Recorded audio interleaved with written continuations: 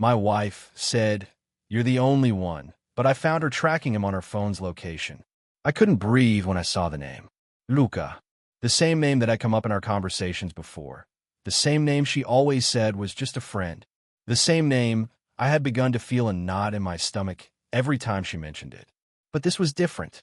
This wasn't just her casually texting him or talking about him. This was her tracking his location. Right now. On her phone. I swallowed hard, my throat dry. My heart was pounding, my mind racing, and all I could do was stare at the map on her screen. The red dot showing his exact location. The green pin showing where she was. And there it was, the distance between them. Not far. Too close for comfort. I felt sick to my stomach. I thought I was going crazy for the last few weeks. She'd been acting distant, distracted, like her mind wasn't all there. And now, in the cold glow of her phone screen, it all clicked. All the little things I'd ignored, all the strange behavior I'd brushed off, had led me here. To this moment. To this truth I didn't want to see. She'd said, "You're the only one," just days ago. But here she was, tracking him. For how long? The questions were too many, too heavy to hold. I could feel the blood rushing to my head, the world narrowing around me like a tunnel, my vision going blurry with the sting of tears I refused to let fall. What the hell was I supposed to do now? We've been married for almost 5 years, together for 7. We met when I was 25, and she was 24. At first, everything felt effortless. We had that kind of relationship where we just clicked, where things felt easy and natural. We laughed at the same jokes, liked the same music, spent hours just talking about random stuff. Our hopes, our dreams, everything. We moved in together after a year, and not long after that, I knew I wanted to spend the rest of my life with her. We had the same vision for the future, the same plans. We talked about kids, vacations, growing old together. And for a long time, it seemed like we were on the same page. But in the last 6 months, something started to shift. It wasn't anything drastic at first, just small things. Little ways she'd get distracted when we were together. Her phone lighting up with texts in the middle of dinner, but always being quick to hide the screen when I glanced over. Her late nights at the office, then when I asked about them, brushing me off with a tired, "It's nothing, just work." I didn't press. I trusted her. I wanted to trust her. But that nagging feeling I couldn't explain never went away. I'd chalked it up to insecurity, to the stress of work, to the growing responsibilities that come with adult life. But now it all made sense. The location tracking wasn't just a red flag. It was a flashing neon sign that said you're being lied to. I had been blind. And worse, I had been naive. I remembered what she had told me that morning, right before she left for work. "You're the only one I need, baby. I love you." I had kissed her goodbye, not knowing that those words were just another layer of deception. So, there I was standing in our living room, staring at the screen, the weight of the truth crashing down on me. And the worst part? I didn't know what to do next. I didn't know if I should confront her right now, in this moment, or wait until she came home. I didn't know if I should scream or break down. Part of me felt like I was being torn apart from the inside out, and the other part of me just wanted to run, to leave, to not have to deal with any of it. But I knew I couldn't run away from this. It wasn't just her betrayal. It was mine too. I had let myself ignore the signs, had let myself believe the lies.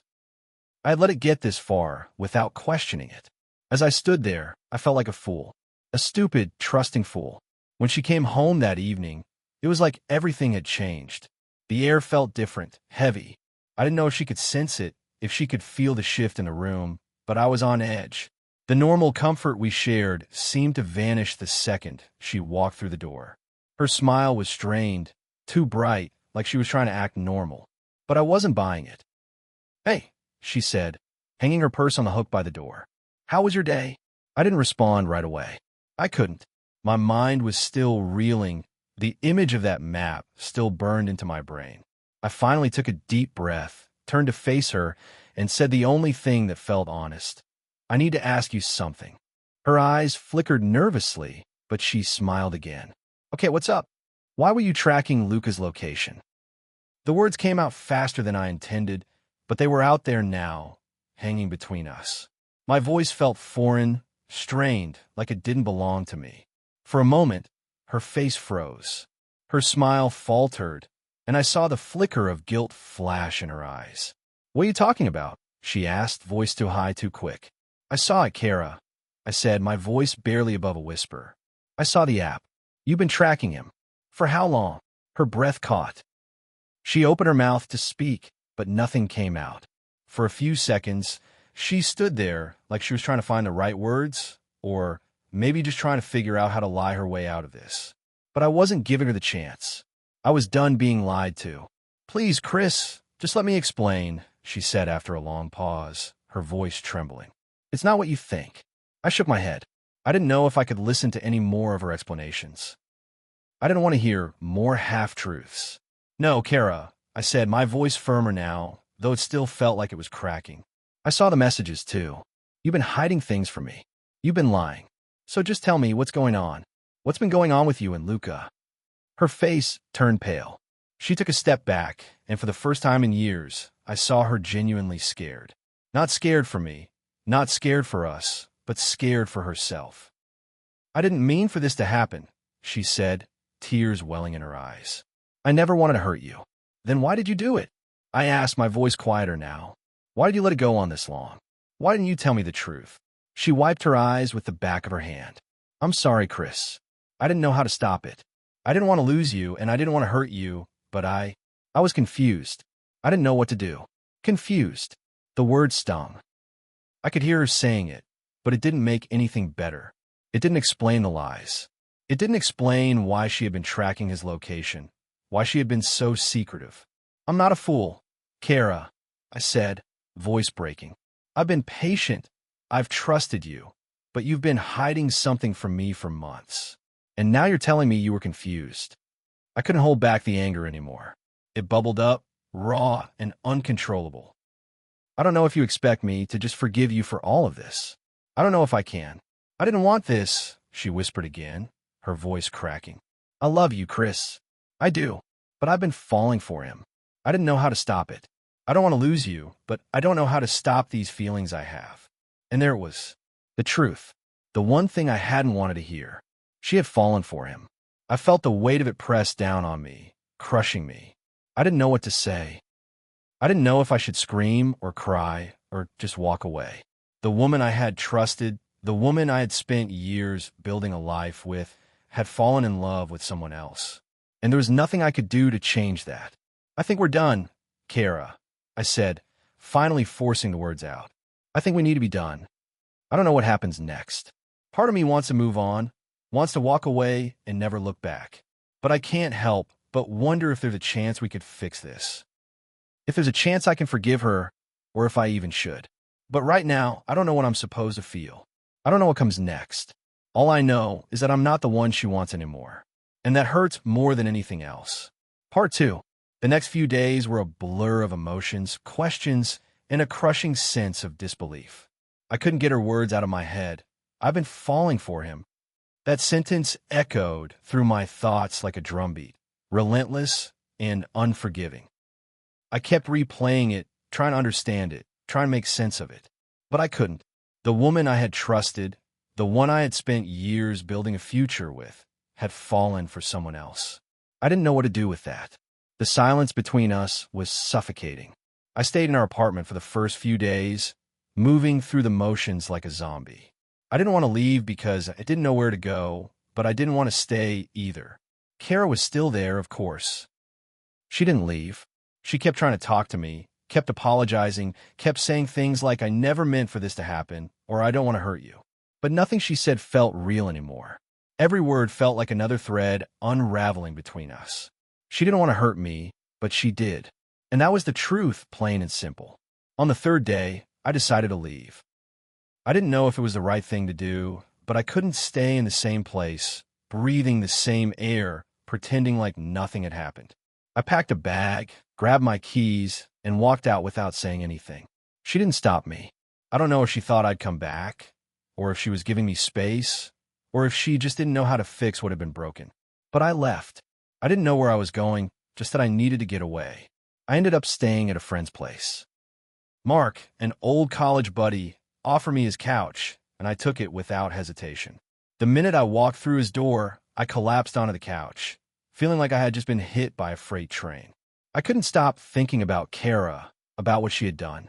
I kept asking myself why. Why her? Why him? Why me? Mark didn't push me for answers. He just sat there, letting me stew in my thoughts. He didn't tell me it was going to be okay. He didn't tell me move on. He just listened. And that's all I needed. On the second night, he finally spoke up. "Dude, you need to talk to her," he said quietly, staring at the TV but not really watching it. "I get it, you're hurt. I get that you need space. But you can't just hide away forever. You need to figure this out. If you don't, you're going to keep spinning your wheels. You'll never get past this." I didn't answer at first. I didn't know if I was ready to talk to her. But I knew Mark was right. I couldn't keep running from it. As much as I wanted to pretend it never happened, I couldn't. It was 5 days after I left that I finally decided to call Kara. The entire time, I hadn't heard from her, and part of me was relieved. But the other part of me, the part that still loved her, missed her. I hated that part of me. The moment I dialed her number, my hand started shaking. I didn't know what I was going to say. What do you say to someone who has betrayed you like this? "Hey, I'm still in love with you, but you completely broke my trust." That felt too weak. I needed answers. I needed clarity. She picked up on the third ring. Her voice was soft, hesitant. "Chris." I closed my eyes, trying to steady my breathing. "Yeah, it's me." For a long moment, neither of us spoke.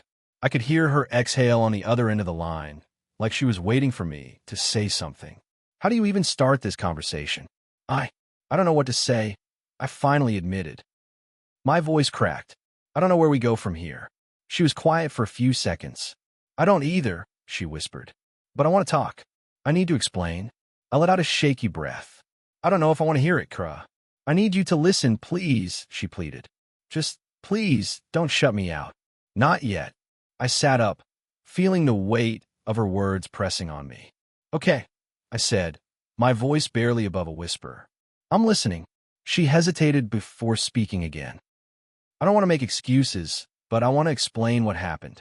I've been so selfish, and I know that. But I need you to understand that I never meant for it to go this far. When I started talking to Luca again, it felt harmless. He was just a friend, someone I could talk to when things with work were stressing me out. And then, I don't know, Chris. It just happened. We started talking more, and before I knew it, I was thinking about him more. I didn't want it to happen. I didn't plan it. I love you, Chris, I do, but I couldn't stop what was happening inside me. I closed my eyes, trying to process her words. The apology was there, but it wasn't enough. How could it be enough? She chose him. She let happen. "Do you love him?" I asked, the question hanging in the air between us, sharp and cutting. Her voice cracked when she spoke. "Yes, I do." I let that sink in. I felt like my chest had just collapsed, and I was gasping for air. "I don't know if I can forgive you for this, Kara," I said quietly, every word feeling heavier than the last. "I don't know if I can get past what you've done." "I understand," she replied, her voice barely a whisper. "I don't deserve your forgiveness. But I need you to know that this isn't about you. It's about me." I didn't realize how unhappy I was with myself, and I used Luca as an escape, as a way to feel something. But it wasn't fair to you. I know that. There was a long silence between us. I didn't know if I should say something, if I even wanted to say something. The anger, the hurt, it was all still there. But so was the love that had once been enough to make me believe in us. "I need time," I said finally, my voice steady but quiet. "I need time to figure this out. I don't know if I can come back from this, Kara. I don't know if I can go back to the way things were. But I can't make any decisions right now. I just need time." She didn't argue. She didn't beg me to forgive her. She just said, "Okay, I'll give you space. I just want you to know that I'm so sorry. And I'll be here if you decide you want to talk."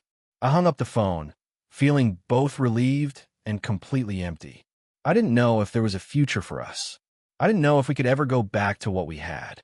But I couldn't keep living in the limbo of maybe. I needed to make a choice, and right now, I couldn't even begin to figure out what that choice was. It's been a few weeks since that conversation. I haven't talked to Kara since. I'm still staying with Mark, and every day feels like it's stretching into eternity. There are moments when I miss her, when I remember the person she used to be, the person I fell in love with. But then I remember what she did, and the hurt hits me all over again. I don't know if we'll ever be able to fix this. I don't know if I can ever trust her again. But I do know this. I won't settle for a life that's built on lies. I won't let myself be anyone's second choice. I don't know what the future holds, but I know I have to start building it, even if that means doing it alone. I have to find a way to be whole again.